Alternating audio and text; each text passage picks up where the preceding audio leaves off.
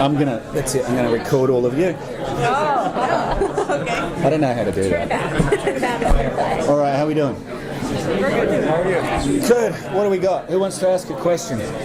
How do you feel about revealing Nolan's fate during the season finale instead of waiting until next season? We revealed his fate? You mean that he lived? Yeah.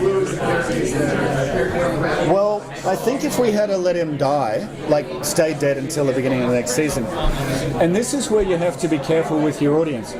One is, I think we would have had everybody screaming Game of Thrones with Sean Bean's exit, which was a terrible surprise, I know, to everybody. Well, that's what I thought, thank you, but a lot of people seem very surprised. And the other thing is as far as your audience is concerned, is,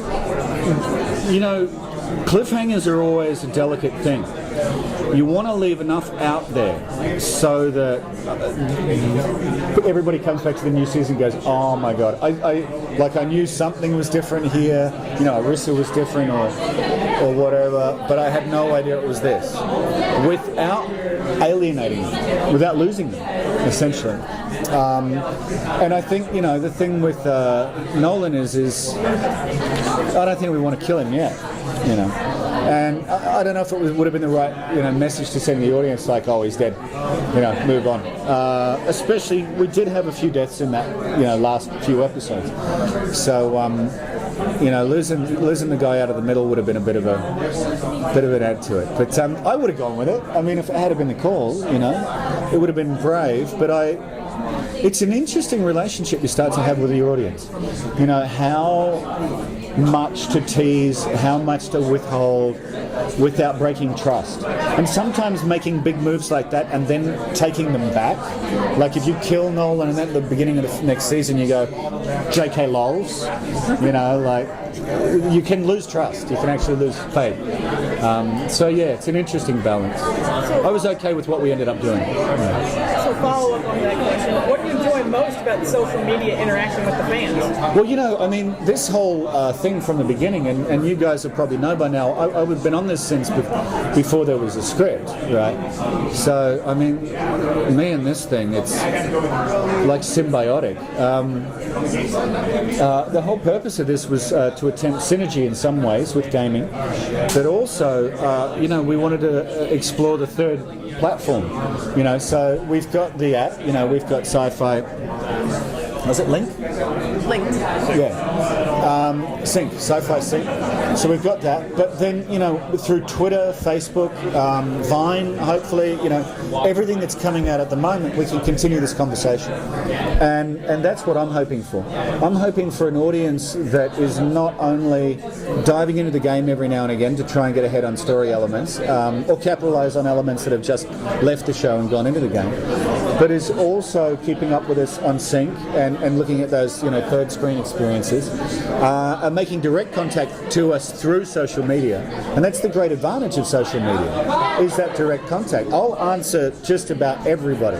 And if you've had a look at my Twitter account, I pretty much talk to everybody who talks to me. So, then you're in touch with the makers of the show. I think that's the way the Despicable Me took. I took the kids to the premiere, they loved it. I think that's the way we're headed. I think that this idea of reducing everything to one screen is the future, whatever that one screen is, or whether it's portable and we literally pick it up, plug it in, take it with us, however that manifests itself. But the many portals, I think, is where we're at. Look at you guys here today. Look, you're recording on iPhones. There's a real dictaphone. Look, it's almost a flip, right? But then we got a HD camera. That's cool. And then the camera under. There's a morphed iPhone, the camera, cameras. There's a phone recording video, iPad that can record. We're here. Do you know what I mean? and it's that idea. So yes to social media interaction, but more. You know, we want to be pushing those boundaries, and I think a show like Defiance has the opportunity to be somewhat at the forefront of that. You know, we should be anyway. I think if we can make that our charter, that would be a good thing. I think you definitely are. I think you definitely achieved it. I think this is the first time I've ever seen certainly a video game and TV show linked together so closely. Yeah, good. And you know, and I think what I'd like to see is those third screen experiences, the social media stuff also start to come down. And we can go further with that, you know. But this is an experiment, and it's as much our viewers and our gamers that are going to define that by how involved they get. Because I'll tell you something, I've been a gamer for a long time. I've been a gamer for 20 years. And I am a gamer, and being a gamer means this: as soon as something comes out, you go, I can't get on the server, it's broken.